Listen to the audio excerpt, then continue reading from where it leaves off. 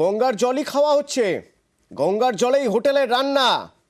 ভাবুন একবার, নিউজ 18 বাংলায় খবর দেখিয়েছিল এবং তাই সেই খবরের জেরেই 24 ঘন্টার মধ্যে তৎপরতা। হাওড়া স্টেশনের বাইরে গঙ্গা পাড়ের হোটেল খালি করার নির্দেশ দিল কলকাতা পোর্ট ট্রাস্ট।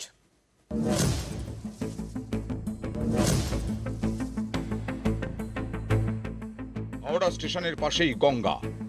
এই গঙ্গা পাড়েই রয়েছে একের পর এক খাবারের হোটেল। এই হোটেলগুলোতে ক্রেতাদের খেতে দেওয়া হয় গঙ্গার জল। নদীর দূষিত জলে রান্নাও হয়।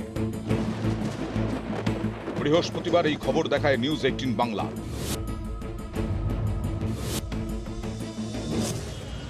পরদিনই তৎপরতা।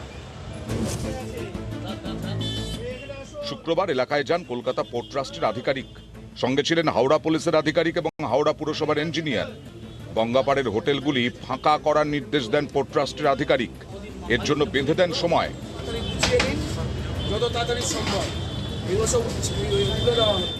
এই হোটেল নিয়ে আগেই জল গড়িয়েছিল আদালতে। এর প্রেক্ষিতে কয়েক মাস আগেই একটি নির্দেশ দেয় গ্রিন ট্রাইব্যুনাল। তাতে বলা হয় গঙ্গাপাড়ের বেআইনি হোটেল ভেঙে দিতে হবে। এদিন সেই নির্দেশিকা জারি করা হয়।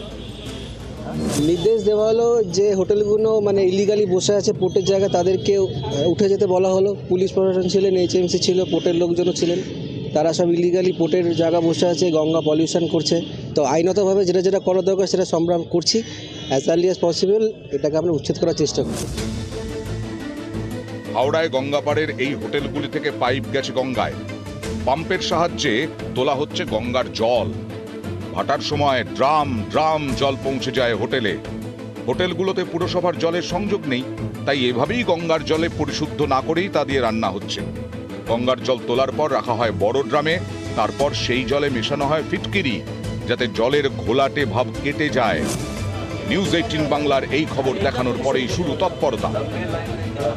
কলকাতা পোর্ট ট্রাস্টের সঙ্গে এই অভিযানে ছিল হাওড়া সিটি পুলিশের গোলাবাড়ি থানা ও একাধিক আইপিএস অফিসারেরা, পাশাপাশি ছিল হাওড়া জেলার প্রশাসনেরা। কবে এইভাবে হোটেলগুলিকে ভাঙা হয় তাই এখন দেখার। ক্যামেরা রাজু ভুইয়ার সঙ্গে দেবাশিস চক্রবর্তী, নিউজ 18 বাংলা, হাওড়া।